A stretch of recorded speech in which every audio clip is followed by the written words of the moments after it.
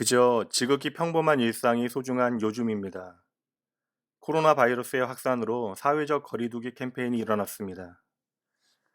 현 상황에서는 가장 효과적인 방법일 수는 있지만 또 한편 생각하면 사회적인 존재인 사람이 사람을 만나지 않는다는 것은 참으로 어려운 일이죠. 이 만남이 없으면 사회 자체가 돌아가지 않기 때문입니다. 많은 사회 경제적인 손실을 감내해야 하는 고육지책이지만 바이러스 감염 확산을 차단하는 데는 상당히 효과적일 것입니다. 오늘은 거리에 대하여 잠시 나눕니다. 하나님께 가까이 함이 내게 복이라.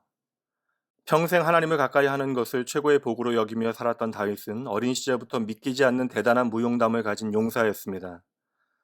목동일 때의 사자와 곰으로부터 양을 지키는 이야기나 언더독이었던 다윗이 챔피언 골리앗을 쓰러뜨린 이야기도 대단합니다.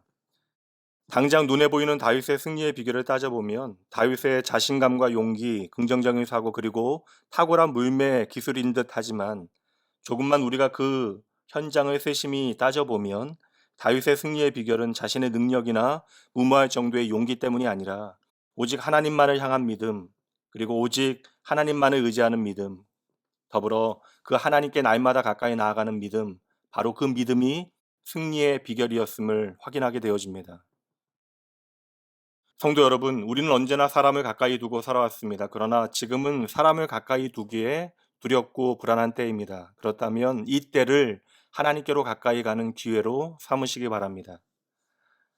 인생의 진정한 성공과 실패는 하나님과의 거리에 달려 있는 것입니다. 왕이 되고 나서 날이 갈수록 하나님과 멀어졌던 사울과 왕이 되고 나서도 하나님을 가까이 하는 것이 소원이었던 다윗은 저와 여러분에게 내 인생에 무엇을 가까이 해야 하는가를 정확하게 보여줍니다. 다윗뿐만이 아닙니다.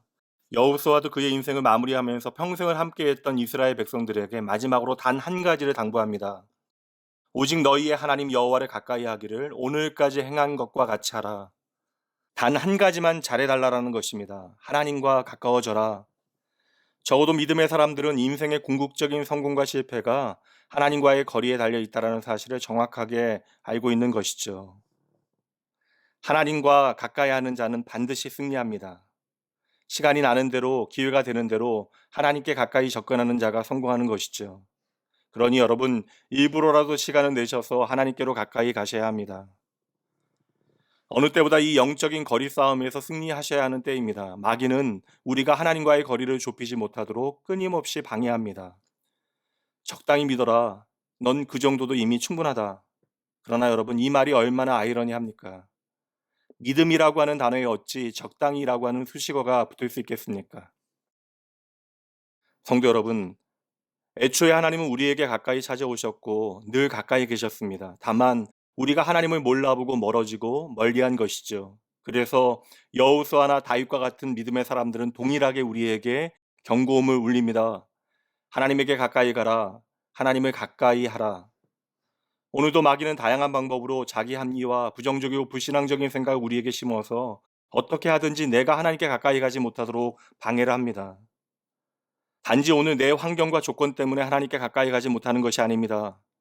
다윗의 인생의 가장 빛나는 아름다운 믿음의 고백들은 모든 것이 다 부족한 광야에서 드려진 것들이었습니다. 성도 여러분, 오늘 우리의 상황이 불안하고 내 삶이 위기의 연속이라면 우리는 더욱더 온 마음과 뜻을 다하여 하나님과의 거리를 좁혀야 합니다. 여름에는 선풍기를 가까이 하고 겨울에는 난로를 가까이 하는 것은 너무나 당연한 본능적인 욕구입니다. 그러나 하나님을 가까이 하는 것은 바로 나를 살리는 길입니다. 우리의 삶의 선택사항이 아닙니다. 하나님은 봄, 여름, 가을, 겨울 언제나 내가 가까이 해야만 하는 분입니다. 어느 때보다 은혜의 현장과 내 몸과 마음의 거리를 좁히셔야 합니다. 자주 얼굴 보는 사람이 정이 들고 자주 찾는 식당이 내 단골이 되는 것과 같이 은혜의 자리도 자주 갈수록 내 자리가 되어지는 것입니다. 날마다 주의 말씀을 가까이 하시고 날마다 주의 말씀 붙들고 기도를 통하여 주님께로 더 가까이 나아가셔야 합니다. 날마다 하나님과의 거리를 좁히는 그 놀라운 은혜의 시간, 살아계신 하나님께로 더 가까이 나아가는 그 특별한 축복의 시간이 여러분의 삶에 더 많아지셔야 합니다. 그렇게 하나님과 거리를 좁히는 인생은 하나님을 가까이 하는 자에게 베푸시는 놀라운 복을 누리게 됩니다.